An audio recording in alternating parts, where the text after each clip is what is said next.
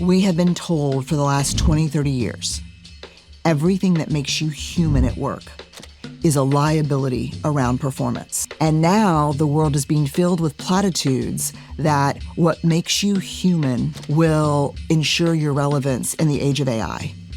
The problem is that's been drilled out of us. From the news team at LinkedIn, I'm Jessi Hempel, and this is Hello Monday. And folks, today in the studio, we have Brené Brown.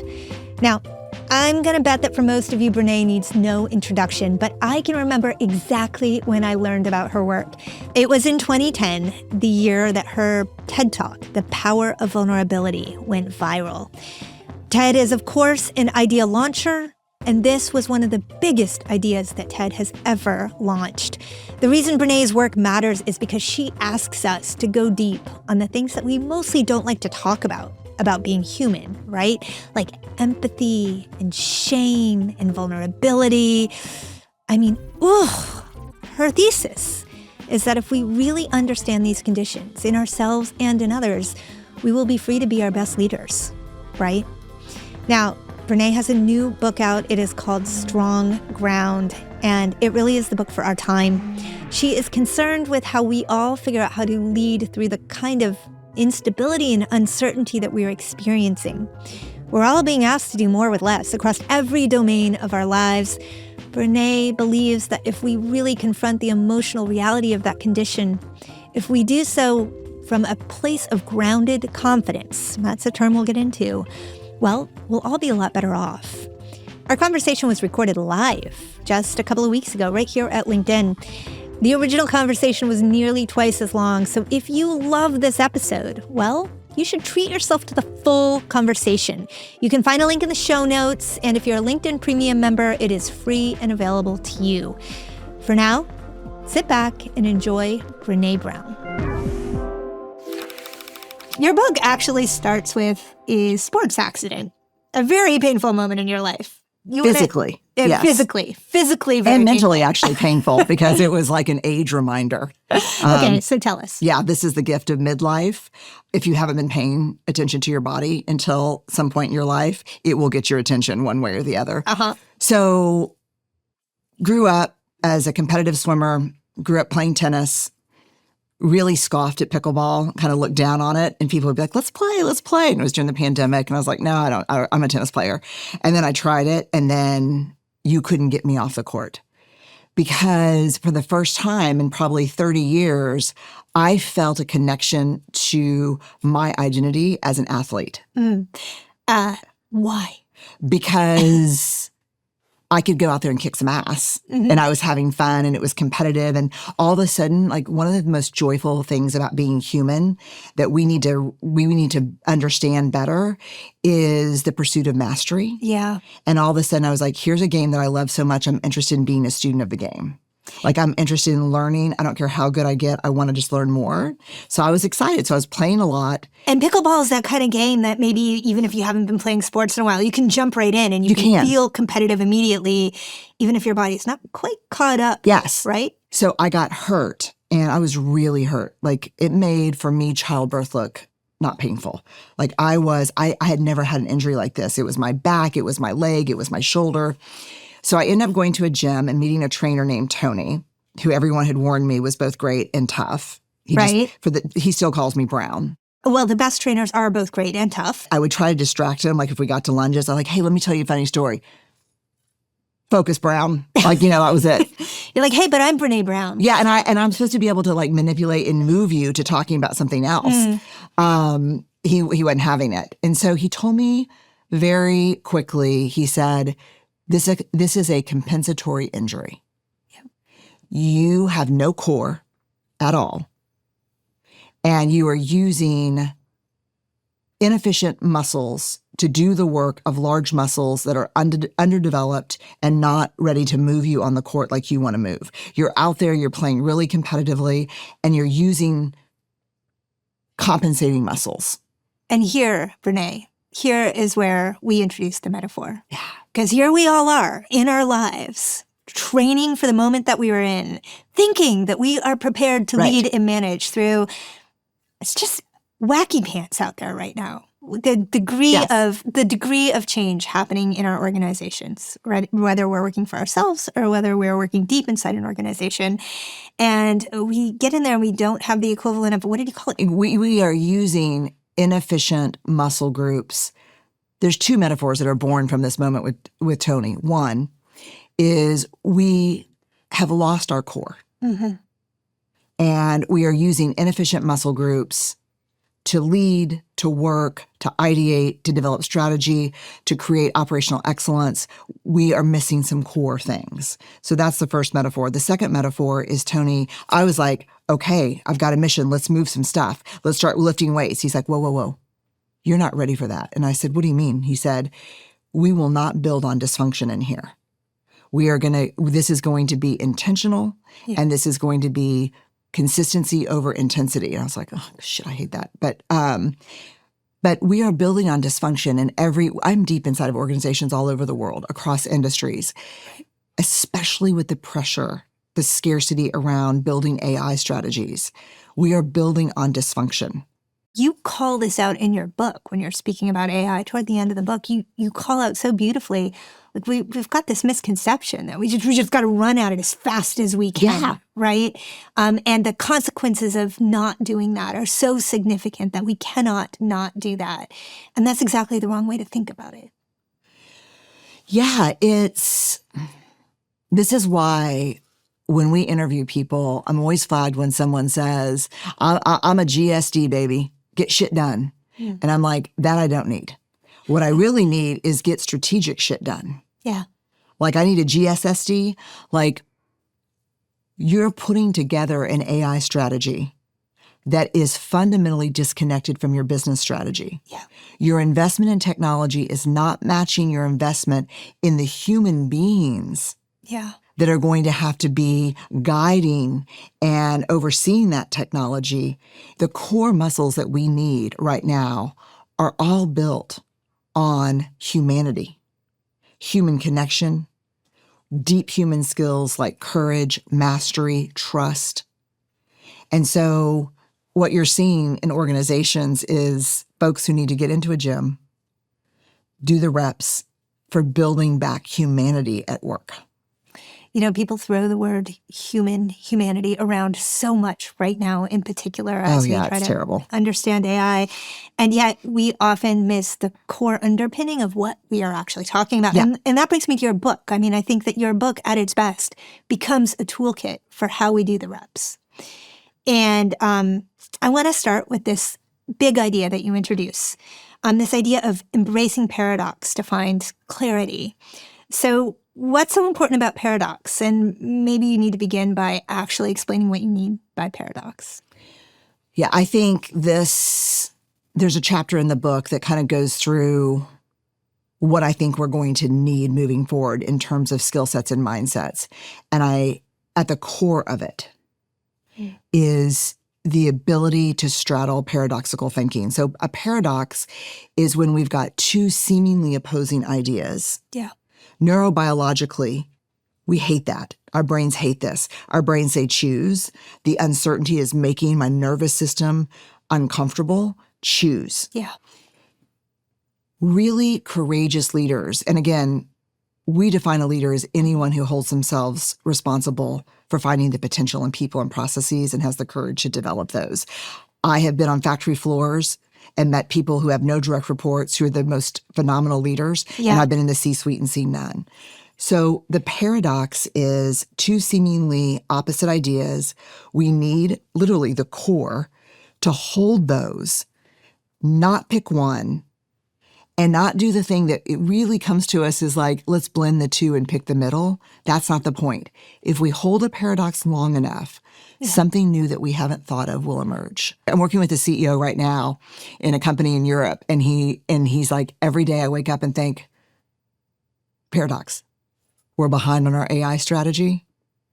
God, we're being really smart and strategic and slowing down and making sure we're using it and it's not using us. And I said, the awareness of the tension caused by that paradox is what I would call daring leadership. Both are true at the same time. Both are true. The fear is real because the scarcity about moving fast in a very quickly changing markets is true, but they're doing the right thing and strategic thing is also true. Yeah. I have to say this idea of holding two seemingly contradicting ideas and not moving to make one of them true feels so hard. It just feels, why do I hate it so much? Because we're not wired for it. I mean, we're not wired neurobiologically for that level of uncertainty. Our brain, while we're trying to hold these things, is saying, pick, reconcile, pick, give me certainty. And I'll give you an example because it's a kind of a heady thing, paradoxical thinking. But I'll give you this example. Right. One of the ones that I'm working on in my life and has been the focus of my personal work with my coach and my therapist has been straddling the tension of freedom and discipline.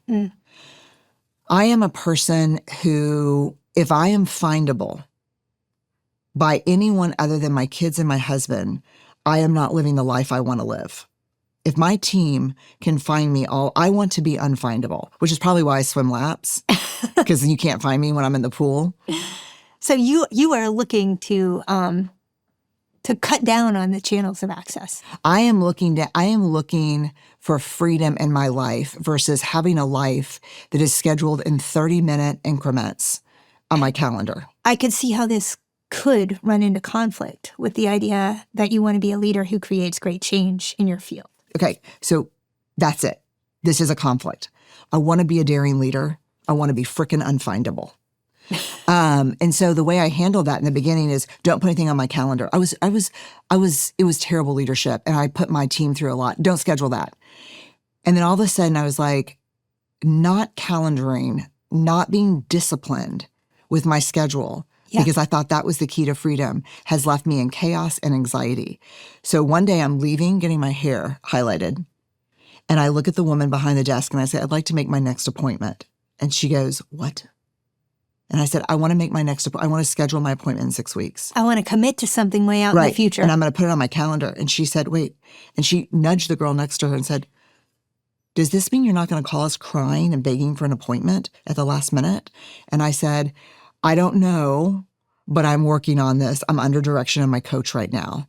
And so what I realized is when I started getting disciplined and blocking out my free time as much as with the level of commitment that I blocked out my work time, that's how I got to freedom. Yeah. And the other paradox that I think is central in the book is if you're a leader and you don't believe that performance, if you believe that performance and caring and connecting with people are mutually exclusive, that is a skills deficit, not the truth. That is so right. We need to dig in on that a little bit. Why is it that idea seems to be perpetuated, particularly in some cultures of companies? I think we have a long history of it. And I think that even going back to Welchian leadership and this idea of this is the paradox. Yeah. We have been told for the last 20, 30 years, everything that makes you human at work is a liability around performance. Yes. And now the world is being filled with platitudes that what makes you human will ensure your relevance in the age of AI.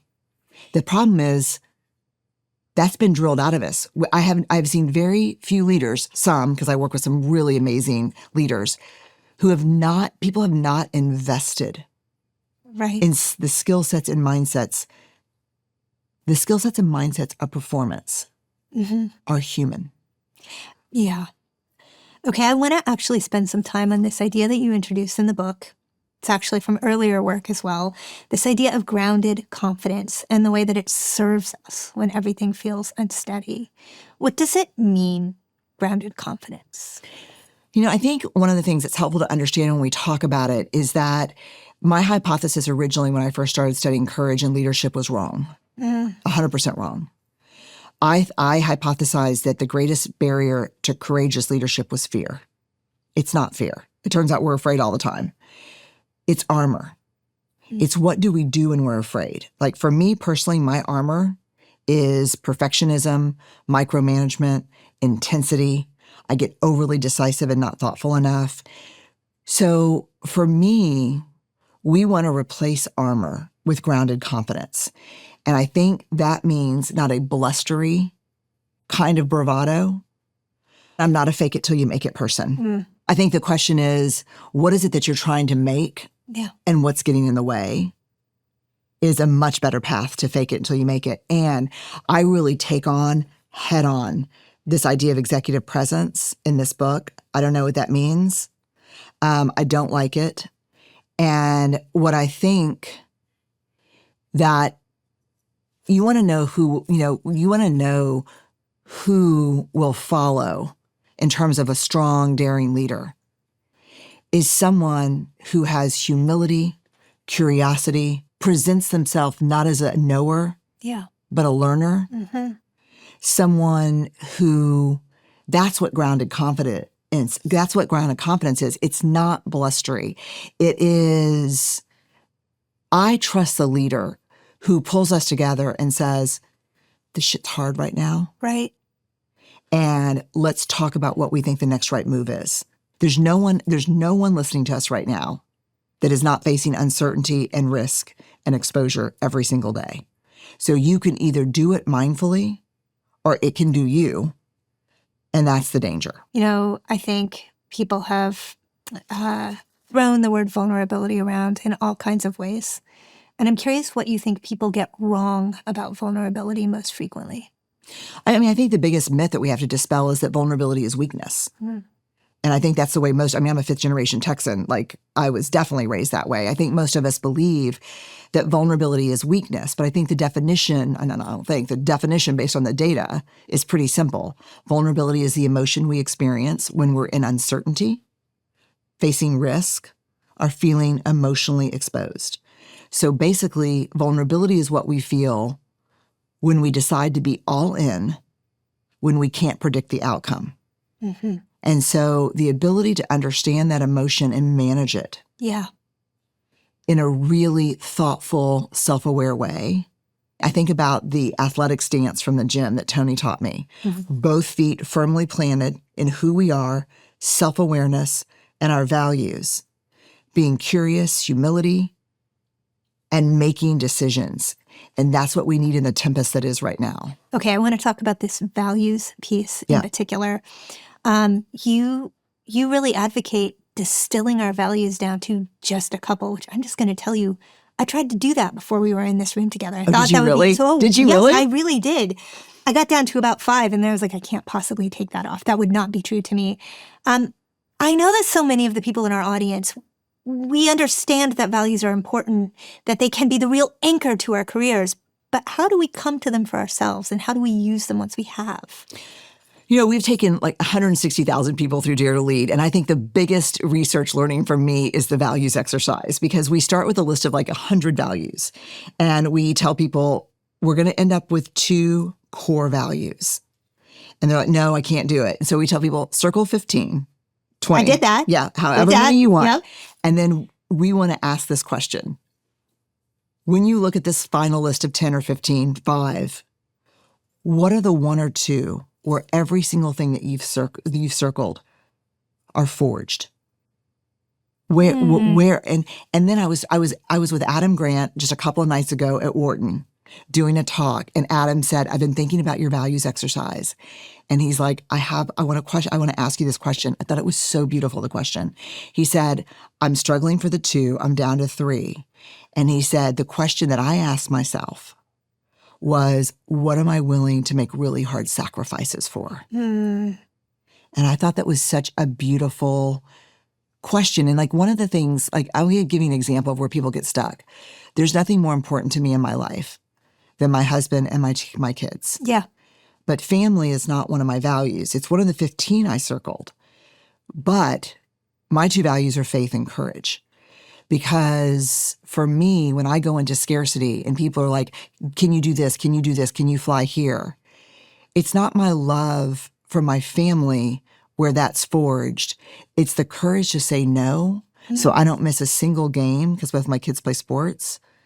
It's the courage to say no when my scarcity mind is saying, you better say yes to everything, Yeah. people are going to stop asking.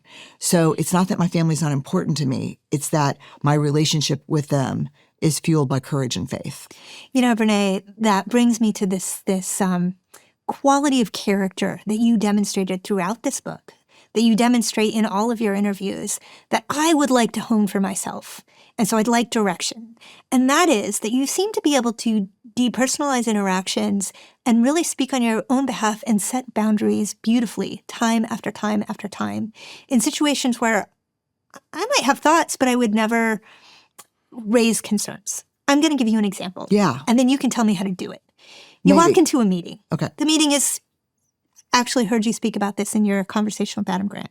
The meeting is 2 hours long. It's been very hard to schedule. The people in that meeting are very important. Not exactly sure who they are to you, but they're people that you perhaps think of as peers. And over the course of that 2 hours, each of them ducks out of the meeting, 10, 15 minutes, comes back. At some point in that meeting, you find the courage to say, hey, this is not the way that I want to do business, and here's why. I could never do that, Brené.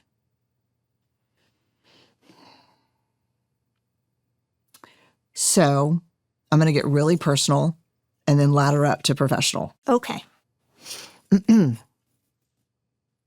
Personally, I've been sober for 28 years. And professionally, one of the things we do when we teach values is we ask people, what is your indicator light that you are outside of your values? So 2 things personally and professionally. Personally, it is a threat to my being in fit spiritual condition, which is part of the AA Big Book. It is a threat to my fit spiritual condition and a threat to my values for me to be in resentment. Resentment is a very dangerous thing for me. I can become a really shitty person. So one of the things I have to ask myself when I'm starting to feel resentment is, we call it in the Dare to Lead work, living big. What boundaries need to be in place for me to be in my integrity and to stay generous toward other people. So I'm sitting in that meeting, and I've worked really hard to schedule these 2 hours, and other people did not schedule the 2 hours in terms of full focus and commitment. And I'm starting to feel pissed off and resentful. And I can't afford that. That moves me out of my values, out of my integrity, and I want to stay generous. So the best way I can stay generous to you is to say, hey, I want to pause the meeting for a second and talk about something that's happening that's uncomfortable for me. And this could be, if it's in a collaboration, I might say this could just be different cultural norms that are crashing in front of us. If we schedule a 2-hour meeting, I'm expecting everyone to be in the meeting for 2 hours and not to be gone for 20 or 30 minutes of a 2-hour meeting. Yeah. How do you work? What's important to you? What does this mean for you? And how can we find a way forward that works for both of us? This is not working for me.